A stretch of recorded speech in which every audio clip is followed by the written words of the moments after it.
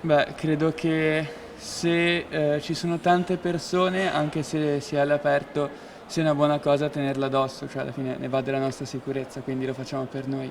Servono le mascherine, bisogna che le mettiamo tutti quanti, per rispetto uno dell'altro.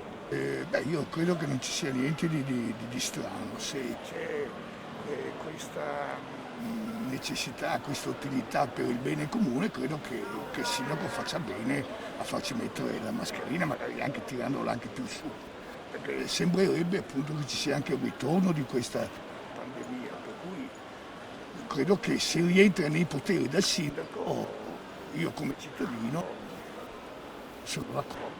No, secondo me non è sbagliato, si dovrebbe utilizzare pure all'aperto. Io in questo momento non ce l'ho, però se i contagi aumentano non sarebbe male riproporre le mascherine.